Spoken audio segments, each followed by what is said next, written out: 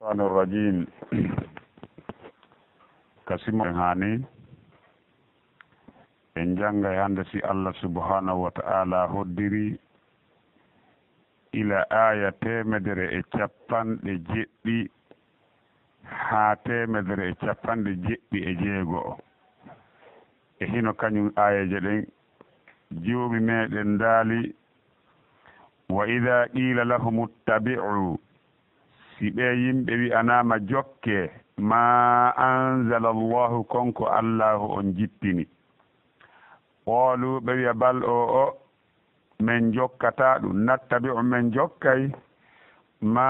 alfayna alayhi konko min tawri e hoore muɗum aba ana babiraɓe amen ɓen awalaw kana allah daali e haysi laatike aba'uhum babiraɓe maɓɓe ɓen la ya'qiluna ɓe haqqilali ɓe haqqilta shay'an hayye hunde wala yahtaduna haysi ɓe fewata wa masalu alladhina misal ɓen kafaru yedduɓe misal noddowo ɓe heeferaɓe e diina ka masali alladhina way won misal on yan'equ wonɗo ewnade o nodda bima la yasma'u konko nanata hunde illa si wona du'a an noddagu ngu woni da an e ewnangu hito gon summun ko faaɗuɓe bokkumun ko mbobuɗuɓe umyun ko wumuɗuɓe fahum kamɓe la ya'qiluna ɓe haqqilta ya ayyuha alladhina amanu kono yo gomɗinɓe kulu ñaame min tayyibati immorde ko laaɓi kon ma razaqnakum konko min arsiki on waskuru lillahi jarne allah in kuntum si on laatite iyahu ko kanko allah ta'buduna woni ko rewaton innama harrama ande ko harmina alaykum e dow mon ñaamugol almaytata ko jiibe ko maayi hirsak waddama e ƴiiƴan saanga saakotoɗan saanga hirsugol walahmal khinziri e teewu kose wama uhilla bihi e konko hirsira li gayrillahi ko hinaafi allah faman itturra kala on ɓittorɗo e ɗiɗo kadi gayra bagin hara wona bewre wala aadin wona jaggitere fala isma alayhi junubu fawakimo inna allaha no allah gafurun ko o hafrowo rahimun ko yurmeteɗo inna alladhina no ɓen yaktumuna suuɗayɓe ma anzala allahu konko allahu on jippini min alkitabe immorde defte wa yashtaruna bihi hiɓe sottira ɗum samanan cogguloy qalilan fanɗukoy ulaika no ɓen ma yakuluna ɓe ñaamale fi butunihim kadeedi maɓɓe illa nnara si wona yiite wala yukallimuhum llahu allah yiwtidata e maɓɓe yawma alqiyamati ñalande darngal wala yuzakkihim allah laɓɓintaɓe sakko ɓe naata aljanna wala hum hino wodane ɓe adabu lette alimun muusuɗe ulaika alladhina ko ɓe woni ɓen istarawu dalalata sottirɗe majjere bil huda peewal wal adaba ɓe sottiri lette ɗen bil magfirati hafranede fama asbarahum e ko ɓuri muññagol ɓe ala nnari e hoore nge yite dhalika ko waɗi ɗum ha ɓeɗo ɓe majji ɓe acciti gonga bi anna allaha sabuno allah nazzala alkitaba o jippini deftere baltode defte jins o jippini defte bil haqqi e gonga wa inna alladhina ikhtalafu fil kitabi no ɓen lurruɓe ka defte la fi shiqaqin hiɓe e lurral ba'idin woɗɗitingal e hawrondirgol e sawaba e hina ɗofira ɗeɗo aaji kadi joomi men daali wa ida qila lahum si tawi gomɗinɓe ɓen wi'ani ɓeɗo sirkayɓe jokkuɓe bidi'a e sirku si gomɗinɓe wowtinɗinɓe allah ɓe laaɓaniɓe ɓe wi'aniɓe ittabi'u jokke ma anzala allahu konko allahu on jippin immorde alqur'ana e peewal jokke sunna nelaɗo allah on jokke alkitabu wa sunna ɓe duumo e hoore ko ɓe woni kon e mu'um qaalu ɓe wiya bal non min jokkata ɗum nattabi' min jokke ma alfayna alayhi konko min tawri e muɗum baba ana babiraɓe men ɓen ko ɗum ɓe wi nokkeli heewɗi e ka alqur'ana nokkeli heewɗi e ka alqur'ana ɓe inna bal nattabi ma alfayna alayhi aba'ana bal nattabi ma wajadna alayhi aba'ana menen ko ɗum min jokkata min tawral ɗum mawɓe amen ɓen فقالوا إنا وجدنا على آبائنا إنا وجدنا آباءنا على أمة وإنا على آثارهم مهتدون من تورنا موɓe amin ɓen e hoore diina menen men ɗaɓɓata diina goo ko woori ɗum ɗo yonani men komin jokka Allah subhanahu wa ta'ala wi awalaw kana aba'uhum e hayso tawi laatike ɓe jokka e baaba maɓɓe hayso tawi laatike e baaba maɓɓe la aqiluna baabiraɓe maɓɓe ɓe haqqilata ɓe ala e haqqille so an ha e fof ko sam faam baaba woɓɓe ko piwoɓe jimɓe baaba woɓɓe karma ko batiniɓe baaba woɓɓe si alifu foti e suudu ɓe anda ɓe jokka e baabiraɓe maɓɓe e hoore ɗum noon ko kadi hellaka diinagoy kadi ɓe wiyata ɗum hellaka anna ɓe jokkata baabiraɓe maɓɓe ɓen ɗon o wala yahtaduna ɓe wonaɓe fewuɓe baabiraɓe maɓɓe jokkano peewal Allah subhanahu wa ta'ala yi nokku goo awalaw kana cheytan yad'uhum ila adabi sa'ir e haysi tawi ko cheytani won nodduɓe ɓe e lette sa'ir si gomɗinɓe ɓe wiyani kañum yimɓe majjiɓe ɓen tawiɓe laaɓande ɓe jokke konko Allah subhanahu wa ta'ala jippin immorde alqur'ana e peewal ɓe duumo e hoore ñentingol baabiraɓe maɓɓe sirkeɓe ɓen ɓe inna menen min jokkata diina mon kan bal min jokke komin tawri kon e hoore muɗum baabiraɓe amen ɓen ɗum noon hayso tawi baabiraɓe maɓɓe haqqiltanga e Allah hay e hunde ɓe fewata e diina Allah kan Allah subhanahu wa ta'ala do si tawi goɗɗo waɗi goonga kan tawa ko ɗum woni qas faandunde makko nen ko ɗaɓɓutugol goonga tawa ko ɗum woni ka ɓernde makko ko ɗaɓɓutugol goonga o ƴetti goonga kan o yeɓɓidiri e fenande goonga kam ɓanganen fe o jokka goonga kono si tawi ko dardagol ko jarribagol on tigi jokkiri wona faandunde makko nden wona ɗaɓɓutugol goonga o hewta haɗata woni goonga few yani ɓi mana o jokkata goonga woni few yo goɗɗo woni ta goto woni taqlide andi ko te taqlide ko ñentingol goɗɗo ko e hoore goonga e hoore fenande taw an ko ɗum ko woli o ko goonga a ɗaɓɓitata ko woni kon goonga jokka ɗum o ɗo wiyeteɗo Abou Talib Abou Talib ɓawoni o nawni nawnare mayde nelaɗo sallllahu alayhi wa sallam ɓe seeni ka makko ndaarugol bappa maɓɓe ma ben maɓɓe mawɗo ɓaɓe hewti ɓe tawi nokka makko nokka Abou Talib ɗon hombo Abou Jahli e Abdoullah ibn Abi Umayya hooreji heeferaɓe ɓen garanji ɗin ɗiɗi ɗen no ari ɗon ka jaati ka ɗimmo maɓɓe on sayi nelaɗo maki sallllahu alih w sallam ya am qul la ilaha illa allah kalimatan uhajju laka biha inda allah bappa wi'u la ilaha illa allah konngol gotol pet mi hujjinora ɗum ɗon ka Allah mi heɓa ɗum ɗon hujja ka Allah ko mi wiya yo Allah yaafoma wino la ilaha illa allah tulle amaya woni min naali juuɗu min naali hooru min naali hajji on sayi Abou Jahali o yawi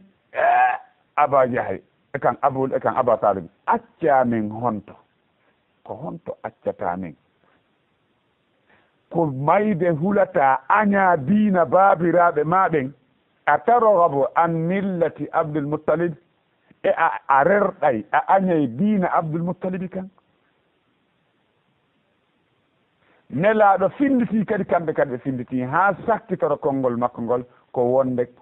innahu ala diina abiyi koye hoore diina ben makko o woni Abdul Muttalibi o saliwigol la ilaha illallah ka teddingol ka yiɗigol baabiraɓe makko ɓen o maayi ko keefeero o yahay ka jahannama ko tan o luttata si wona tun nelaɗo sallllahu sallama ɓe tefanemo o haytinane lette ɗen wondude noon konko o haytinante lette ɗen nelaɗo maki sallllahu sallama no gorko watteteɗo paɗe yiite ka jahannama ngaandi makko ndin fata saabu ko o watti paɗe ɗen tawa ngaandi makko no fattude o yiyay wonde ko kanko ɓuri saftude lette ka jahannama tawde ko kanko ɓuri hayfinanede ɗum ko fof makka batal ɗen o naata jahannama o watte paɗe jahannama ngaandi makko ndin fata nagoy kufune jahannama kufune on o watti paɗe ɗen na kufune o watti ko paɗe yiite o watti ko saabu ko watti paɗe ɗen konko ɓanniwol tako ngaandi fata tawa noon ko o wiyete ko o hayfinana lette ɗen yo Allah dando en naatugol jahannam aw haray babira men ɓe ƴetten ko tawruɗen babira men ɓemba ko tawruɗe yimɓe leydi men ndimba ko welata en komba ƴetten ɗum ɗon fof weeɓiten ka deftere Allah e ka sunna nelaɗo Allah on kala ko tawruɗen mawɓe men ɓen tawi no yaadi e deftere Allah nden lundaki jokken ɗum kala ko tawɗen kon no lundi deftere Allah nden e sunna nelaɗo makko on wallinen ɗum ɗon jokken ko tawruɗen kon babira e kan tawriɗen kon deftere Allah sunna nelaɗo Allah hiɗen andi Imam Malik e maki wonde kala ɓiɗɗo adama ko wowli kon no ndaare goɗɗum jaɓe goɗɗum jaɓe acce si wona oɗo waaliɗo e oɗo gaburɗo ɓe sappi kaburu nelaɗo on sallllahu alih w sallam ko nelaɗo maki kon ko ɗum tun jokkete e ko Allah subahana taala yiyata ko alqur'an ɓawo ɗum yo musidɓe julɓe Allah subhanahu wa ta'ala daali wa mathalu alladina misal ɓen kafaru yedduɓe misal o wonɗo noddude ɓe heferaɓe e diina kan ka mathali alladina wawon misal on yan o wonɗo ewnade ko wiyete yan na ngol ɗo anna ngol ɗo konngol ko wonɗo noddude mummunteji makko ɗin wonɗo noddude joni aynowo dan no wiyate on memuɗan ndiyan ɗon dey te on ukkoye konguɗo ɗon dey ɗi nanayi hito ngon kono ko honɗum wowla ɗi famata so a wi'i najje ngen ko honto yaata ene ko hombo ari ɗo nanen najje ngen nanayi hito ngon nge anday a wowli goɗɗum kono ko honɗum wowluɗa nge famata misal heferaɓɓen ko noon wayi wonɗo noddude ɓe diina hakke ko ɓe ɗurni ɓe jokki ɓe sali jokkugo diina kanko noon ɓe wayi wa mathalu alladina kafaru ka mathali alladi yan'iqu bima la yasma'u wo wonɗo ewnade ko nanata illa du'a'an wa nida'an ɗiɗi ko kalima hunde wotere du'a ko noddangu nida ko noddangu koyete du'a ko toragol ka nida lissalat ko noddingol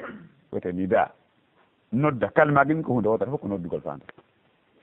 hiɗa faala du'a an noddango nida ewnango noddingol yamno saabu ewnago yimɓe ewugol yimɓe ɓe ɓe are nanata si wona nanu hito ngon famata ko ɗum wona wowlede Allah subahanahu wa taala summun ko faaɗuɓe ngayi e nanugol goonga nanande jaɓugol bukmun ko ɓe mboɓuduɓe ngayi e wowlugol goonga wowlugol ko nafata ɓe on yoni ko ɓe wumuɗuɓe ngayi e yi'ugol goonga yi'ande taskande nafayde ɓe yiyata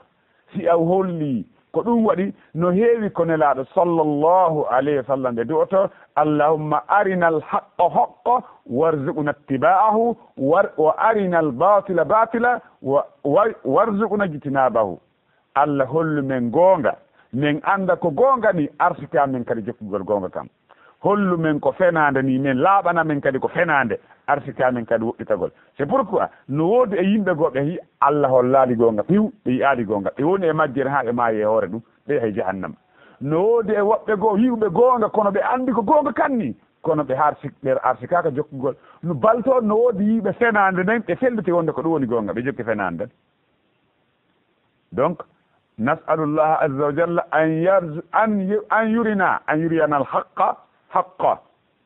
yo holli en goonga ko goonga ni anden ko goonga arsiken ga jokkugo o holla en fenanden ko fenande arsiken kadi huɗitagol Allah subahana taala daali fahum ɓeeɗo fahum ɓe la yaqiluna ɓe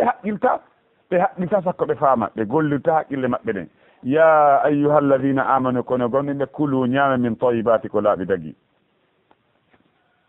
ma razaqnakum konko min arsiki on hiɗen andi Allah subahana taala wi en ɓaawɗa ya ayyuha nnasu ɗon wona gomɗinɓe ɓen tum ya ayyuha nnasu kulu mimma fil ardi halalan tayiba halalan koko naako goɗɗo jeyi ta koko antun jeyiɗa koko antigi jeyiɗa ko daginanaña ko wiyete halala tayiban ko hara wona ko woni ko ñiddi wona ko soɓi kulu ñaame min toyibati ɗo on Allah wi toyibati ko soɓa c'est pourquoi gomɗinal ko gomɓe ɓen hoosa yewtaɗo amma gomɗinɓe ɓen kan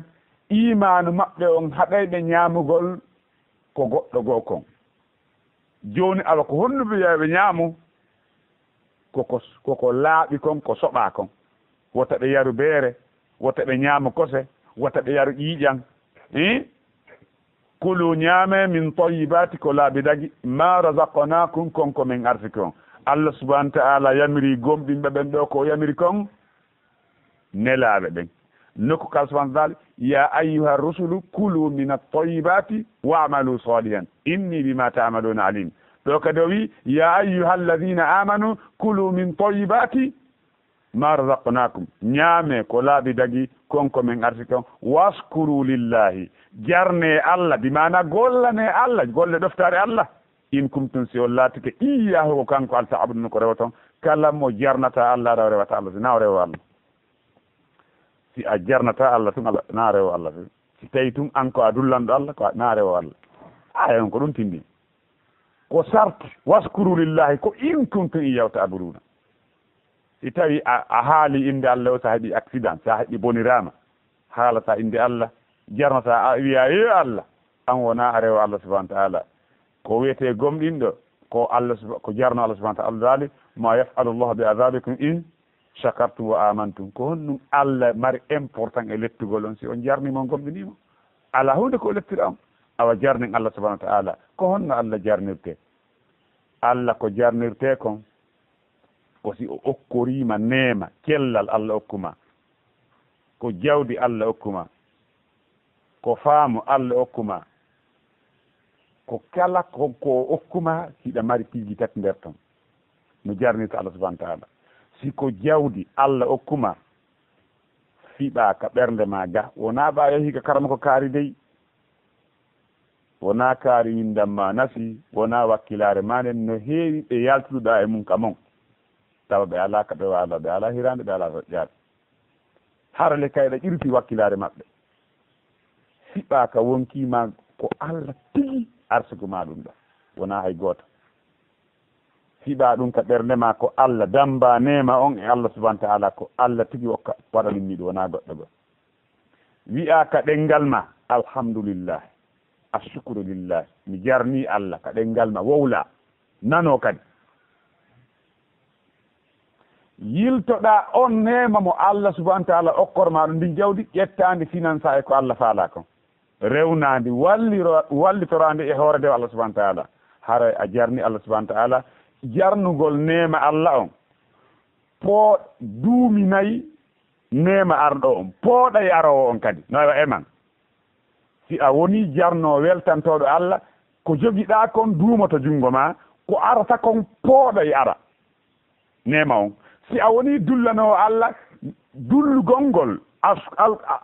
yani aljuhdu bi ni'am jeddugol dullana nema Allah on duñay pottina raɗoto nema wonnoɗo on ɗon renvoy kadi ko woni arde kon sa woni dullowo nema wonnoɗo jungo ma o sottoto leyma o yaha few ko fokkutuno arde kon kadi waɗa renvoy yilta yaara ton pilace alaga yaw ton donc jarnen Allah subhanahu wa ta'ala koko waɗani en si en jarnimo kan nema on kadi ɓeydoto wa itta adna rabbukum la in shakartum la azidannakum jomum on wi si tawi tun on yettilan mi ɓeydana on awa yetten Allah subhanahu wa ta'ala alhamdulillah ala ni'matil islam no heewi yimɓe ɓen si matike ko ɓe arata waɗe du'a toron enen Allah kono ko ɓuri e heewde e yimɓe ɓen kon si tawi on nema aroye ɓe arata ɓe enna alhamdulillahi har no satti kono wi no fanɗi e maɓɓe kono no woodi waɗayɓe no heewi yimɓe ko nanta e hino no noddi yimɓe no ñammina ɓe ma no addi mbulɗo sendana yimɓe no fanɗi ka waɗata e Allah subhanahu wa ta'ala moƴƴike Allah okkilan ɗo 50 millions e hino ɗo ko Allah arsiki on koye mona jakkagoy e hino ɗo Allah no arsiki en ɗo jawɗo hino ɗo kono si tawi satti e hino ɗo haɓɓere goro meɗen tori du'a meɗen 50 millions ma 100 millions no kalani men ɗo andi ke ɗi woodi o sanga kali ko ɓuri heewde kon andi e mari 50 ma 100 millions o sanga muɗɗin kali fewndo ɗi woodi goto andata oto neɗɗo ko noon inna insan hulga halu'a ida massahu sarru jazua ida massahu lhayru manua wallahi no woodi few e yimɓe ɓe tawatara si ɓe sattirama ɓe torta du'a si tawi hoyi kadi ɓe ara ɓen alhamdulillah ko saftino ko ngoyi ɗum ko moƴƴire noon ɗum ɗon tun to andu ko nema andutugol mo nema allah ko nema go kan noon wallahi allah subahana taala wi ñaame ko daaɓi daji konko min artiki on jarnon allah si tawi ko kanko no rewde en jarni allah subahana taala newna ɗum kadi yettugol nemaji makko ɗin innama harrama aleykum ande ko harmina e dow mon almaytata ko jiide ko maayi hirsaka allah subahana taala harmini ko maayi hirsaka kon saabu ko ɓuuri hewde kon ko maayanta hoore mum ni hirsaka ko ɓuuri hewde kon ko nawnare warata joni noon si a anda ko ɗum e nawnare si a ñaami ɗum a anda si an kadi a nawnata ko ɓuuri hewde kon joni noon watta e hoore ɗon kala ko tawi rufanike hoore mum ha maayi seede on ndaare ko hikma ko allah subahana taala harmina en ɗum kon si tawi woni nagge jooɗi nagge ko wiya yo hirse nagge ko ka hirsete ko ka daande ɗo wiya hirse taƴa ɗaɗi daande ɗin ɗiɗi e kono ndon ngol ko ɗum taƴete hara ko he hirsugol ɗaɗum no ɗo ka ñaamo e kanano ɗo ɗiɗi ɗi ɗaɗɗi ƴiiƴan taƴaɗi e kono non ngol si ɗin taƴi ko ɗete hirsugol si tawi joni nagge yani nder ko lorru tawa en wawata jippagol hirsa en wawata jippagol hirsa ngeton sino woodi jogiiɓe daga ma laɗi no wawi hewtude si en wi bisimillahi en fiɗinge nder to nge maayi hara nge daƴike si nagge woni jo nge murti nge dogi en ƴetti filet en wi bisimillah en tufinge tan wata dago hirse si nge maayi nge daƴike ko allah wi ko harnani en kon jiiɓe ko fiimen enen tigi e nder jiiɓe on kala ko ma hirsaka kon no harmi si wona ɓe holli piiji ɗiɗi aljarad wal huutu liƴƴi ɗin ka maayo ko ngil janɗo fawaka en hirsugol henndo ɗen gitu si en tawino maayi si en nanngu maayi e junngo men liggil no dagi ka ñaame hara hirsaka wa kadalika o jarade kano biki ko nande ɗum siga ɗin piiji en hirsata ɗum ɗin ɗon kalle ko mari wonki ɗin ɗon kalde daginana wa kadalika holli kadi ɗiiƴe ɗiɗi ɗe daginana ɗum ko yeyre nden heyre e ɗamol ngol ko ƴiiƴan fendi ɗum ɗum noon kadi ɗe daginana no woodi noon ñaamayɓe kadi ƴiiƴangoy yettike an wonde no woodi yahayɓe ka abattoir o ƴiiƴan ko wona hirsede ɓe ɗuman ɓe mooɓa ɗum ɓe dembina ɗum ɓe adda ɓe waɗa ka conservateur ha formo ɓe juɗa ɗum o heyre wawa heyre ɓe taƴita ɗum ɓe juɗa o heyre ko wona yeede ka tarawoje yettike an wonde no woodi waɗaɓe ɗum mi al noon kono mi nani wonde no woodi waɗaɓe ɗum si selli ɗum haare koko harmi ɓoni wadde sellanta yimɓe ɓen kadi ɓe ñaama ɗum mo ñaami ɗum haare koko harmi o ñaami mo ñaami coggu mum kadi ko harmi o ñaami nam allah subahana taala daari hiɗon harminana almaytata jiibe waddama e ƴiiƴan sakotoɗan sanga hirsugol i wala hamal khinsiri e teewu kose kala ko ɗi ka buruure ko doga buɓɓoji ɗin ka buure ka ko koseji wona ne eɗe jungo foore sen ɗe ko nande ɗum fopp no harmi kose no harmi dagotako ka ñaame si tawi a ndaari korna mbob ɗaɓe goɗɗuge ɗum ko ɗum wona waɗede si a nda tawi ko ɗum woni ɗon wota ñaamu si tawi noon a ndaari tawi ko nagge de sina sino jikki wonde ko ɗum koko nagge ñaamo ala probléme en tant que ko ka yimɓe defte ɓen iyo itta amma tawi ko sirkaɓe ɓen wono siin ko heeferaɓe wona yimɓe defte siin koɓe hirdata kon dagota ko julɗo ñaamo no fewi dagotako koɓe hirsata kon ko julɗo ñaama so wonaɓe yimɓe ahlul kitab ko dagginana ɗen kirse mum ko yimɓe alyahuda annasara ko ɗum dagginana ɗen kirse mum ko kirse ɗen ɗon woni ko daginana ɗen amma kirse ɗeɗa ɗen ko mushrikuna ko reway ɓe ala yimɓe ɓe ala haalde inde allah ɓe anda allah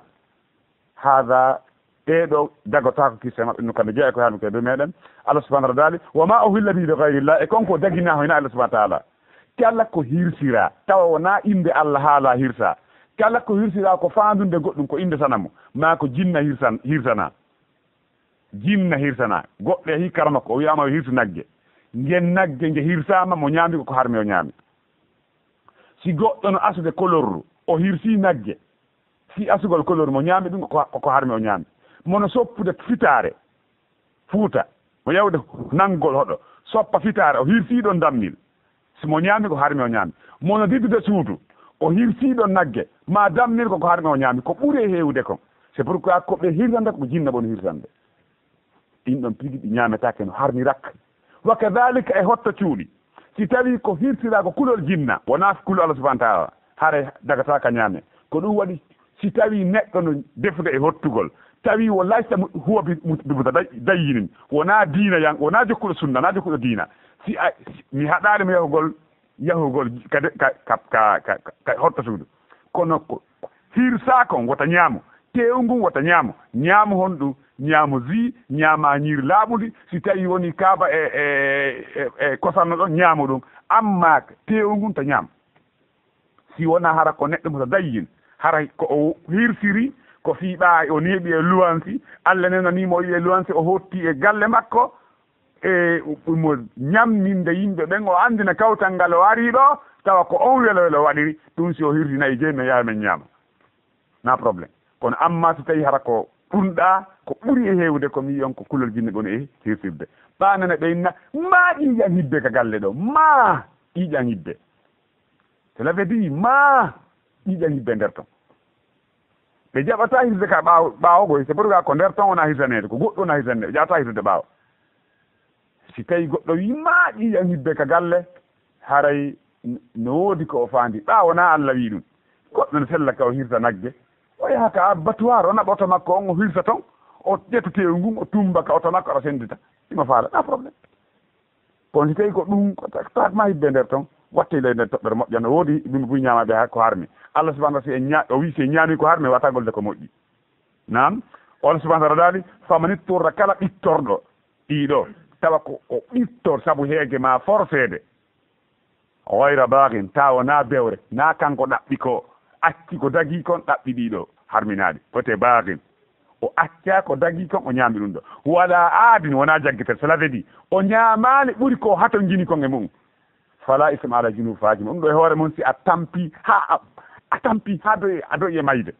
tawi so a ñaama ala maayo woni si a ñaami ala probléme ɗe ɓantana junubaji ɗi inchallah inna allah nala gafurun kafur rahim ko yurmeteɗo kadi inna alladina ɓe yaktumuna suuɗeɓe ma anzila llah konko allah jippini nal kitab immode defte wona alyahudaɓe suuɗe ɓen sifaki nelaɗo ɗin wa yashtaruna bihi ɓe sotta ɗon samanan ceggule qaylan fanɗuko e wiɗen sottugol ceggule fanɗuko koy kala ko goɗɗo acciti jokkugol peewal saabu yo heɓu jeɓal ka anna ɗo ko yetti samanan qalila hay si anna on ko a fuɗɗi ha ka o haaɗi a jonnama si ya a yeddu allah ko samanan qaylan yiyete na wigola 1 milliard ko samanan qalilan hay ɗum ko samanan qaylan ɓa ko ɗo accata yaha lahara ulaika no ɓen ma yakuna fi butunin illa nnar ɓe ñamari ka deedi maɓɓe si wona yiite wala yukallimuhumullahu ɓe yewtidata allah yawma alqiyamati ñandere ngal wala zakkihim allah laɓɓintaɓe o lootataɓe e junubu o laɓɓintaɓe ko boni ɓe wona e ɗum wala hum noɗon ɓe adabu lette alimu musuda subhana dande en ulaika alladina ko ɓen suuɗayɓe gande suuɗayɓe ko allah andini ɓe kon saabu kulol goɗɗo saabu o ko lamɗo ma o no ñammina ma ko o kortanmi si o andi ɗum ko onnon jedata tawa ko kulol ɗum haɗi wowla gonga kan kala ɓen suuɗayɓe gandal saabu heɓugol teddungal ma heɓugol laamu ma ardagol ma heɓugol debbo ɓe suuɗa ma heɓugol kala e jeɓe aduna ɓe suuɗa gonga kan ɓe salo wowlude allah subahana taala daali ulaika alladina ko